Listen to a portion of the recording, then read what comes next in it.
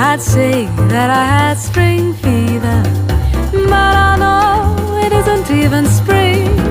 I'm as starry-eyed and vaguely discontented, like a nightingale without a song to sing.